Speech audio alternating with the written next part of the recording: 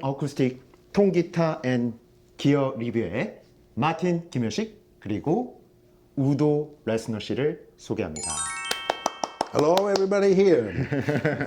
Hi Udo. Oh, it's Hi. been a while meeting you. Oh, yes. Yeah, I think Oh, it's like when I visited Shanghai, yeah, Music China. yes. Yeah, it And, was 5 I years think- ago, I think. Yes, it was before COVID. Yeah, before yeah. COVID. Yeah, welcome to Korea. Thank you. And Pleasure to be back. please say hello to Korean guitar player and big fan of your amp and yourself. Yeah. Thank you. I would welcome you. Hello, everybody here in Korea. Every musician, music lover, and acoustic music lover. I hope we can give you a little bit of entertainment and a little bit of inspiration. So stay tuned. So you're already legend of the guitar and guitar amplifier. Yeah. And can you just talk more about yourself and your amplifier, if you don't mind? Long story, long life. I'm in this for, almost all my life. So whenever I got into the music industry, more or less by coincidence, I wanted to go a completely different way into journalism, more or less. But then I got into a music store and I worked in the music store, and suddenly I was owning the music store, and that's where it all started. And I got into instruments anyhow because I'm playing guitar since I'm 8. So that's quite a while. And thanks to my mother, she's still alive with 89 now, but she forced me in the first 3 years to really practice. And I did this with classical guitar for sure. So I had special training, individual courses, and I was pretty talented on the guitar. But at the end of the day, I couldn't make a career in this range because my parents were too scared to allow me a musical career. But at least strong in forcing me to rehearse. After 3 years, it just like clicked, and ever since, guitar has never left me. And especially when I was young, when I was in my teens, I remember very well that guitar was my closest friend. So whenever there was an issue, a problem, or joy, I was just playing guitar out of myself. So we became very, very intense. I think, and this is through guitar, I think the interest in music grew. First around classical guitar for sure, and then around guitar in general, and beyond that, jazz, whatever. So that's why I think it's very, very important to have a very wide musical listening interest and not just like a very small piece of the cake that you hear over and over again. That was it. And in the store, with let's say already the deep love to guitars, I luckily met up with somebody, my former partner, Michael, who was in a very similar way passionate and crazy about loudspeakers. So, and I had a dream of making an acoustic amp because I was disappointed with what was available at the time. And we got an outside initiative from a German guitar maker who just said, go ahead, make it. When was that time? That was in 1992. Wow. He said, go ahead and make it, and I will try to market it. I will try to bring it to the market. So that's actually how we started, and fantastic years with crazy development of things that were not available at that time, I have to say. And the concept is still superior even today.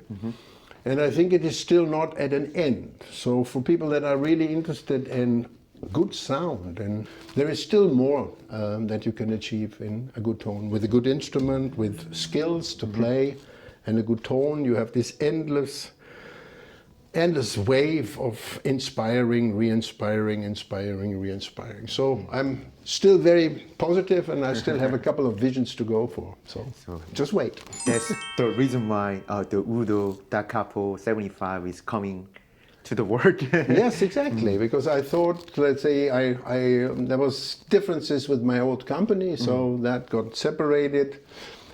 That sometimes happens in life. Sometimes things go up, sometimes things go down. So learning to fly, as we all know.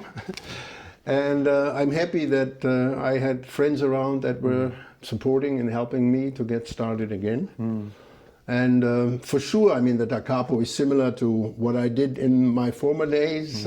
Yes, that's something. Why should I make something different in a certain way, as there's no better package being so small, so powerful, being so good sounding. So the only thing that you can do is try to improve the sound. And that's what I did with the Da Capo. I think it is a step forward with a better bass, a better coverage of the range, with still a lot of clarity and a lot of punch. So people tell me that I managed to compete against myself successfully. Well, we have to talk about AER because you're one of the member of the AER, and One of the founders. Yeah, yes, founder, and we have to talk about the difference between AER and Da Capo. Yeah, what do you think is the most different part of two amplifiers? Yeah, I think the most different part is the sound. The features are technical things. I mean, you can always change features and come up with something else, But I know where the benefits of AR are, and I know where also the deficits are, And I was trying to work on the deficit side without losing the benefits. And when you think about the background, the history, when we started in 1992, it was pretty much the start of the acoustic unplugged wave. We were a little ahead of the unplugged. Yeah. And this was like, but at the time, at least that's how I recall it, we had a better general quality of the instruments. And what does this need? It just needs a reproduction of this, what it does. And it needs to make sure that this is projected into the audience. So as time got along and acoustic instrument got more and more popular, I think there were more and more mass manufactured instruments which were losing character. It is. Which were losing, at the end of the day, I would say they have no sound anymore. And that's complete requirement, because now people have effect boards and everything, so the sound of the instrument doesn't really play that much a part anymore. So the job is something different now for an acoustic amplifier. You have to way much more focus on the full coverage of the ranges. So the Da Capo is stronger in the bass range, in the low mid range. Yeah, I can tell. Yeah.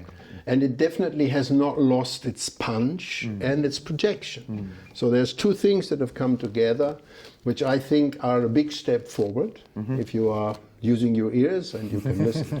Features is something else. I mean, that it has 6 effects. Okay, you can use them nicely to have the 2 channels completely individual, which is nice. It has the 2 lineouts, which is also nice in different levels, so you can go to a sound card directly without interfering. It has the full coverage of the 2 EQs in both channels, and channel 2 has this wonderful high pass feature which allows you to use a microphone properly either in front of the guitar or when you sing, that you get a friend for a lifetime, and still with the unbelievable advantage. Chinese guitar player just told me on the Shanghai show, my sound check is 2 minutes.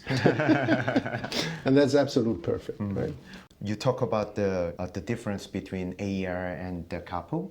I want to say the sound is really perfect for the guitar player, and I'm just wondering if you have any plans for the future upgrade. Like these days, some of the amplifier company, they built Bluetooth function, or like battery charge it. Yeah.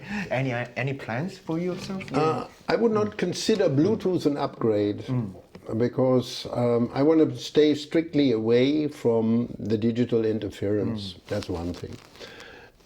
It is convenient for sure, blah, blah, blah, blah, blah. I don't necessarily need convenience. You focus on the sound. I would like it maybe even a little bit more stressful, but keeps me closer connected to the thing, because I have to work on it, right?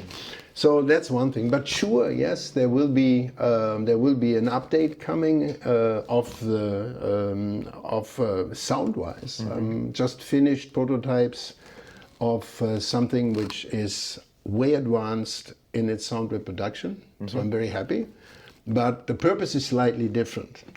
if you allow me as the maker, I would call this a little bit like a dirty amp, which can also do kind of rock and roll, and it has so much punch, right? Yeah. The new one is more or less the studio, very fine, articulated sound coming over, very beautiful. I had Tommy Emanuel in Germany 4 weeks ago at a guitar show at the Guitar Summit, and he played the prototypes already, and he was over the moon. He said, "Man, you nailed it." So I'm very happy about that.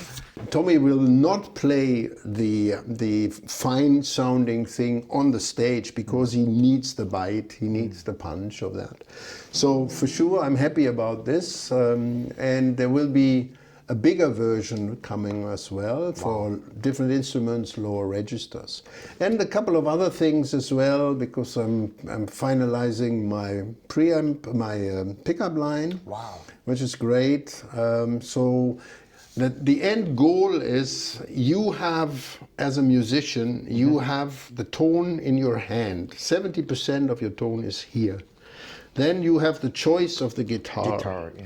But from then on, maybe you have the choice of the strings, okay. But from then on, I would kindly ask you to consider a concept which offers transducer, preamp, preamplifier, power amplifier, and speaker in one line of thought, in one philosophy of tone. I think that this is a really winning and convincing approach. And then you can be absolutely safe that everything is perfectly matched to each other.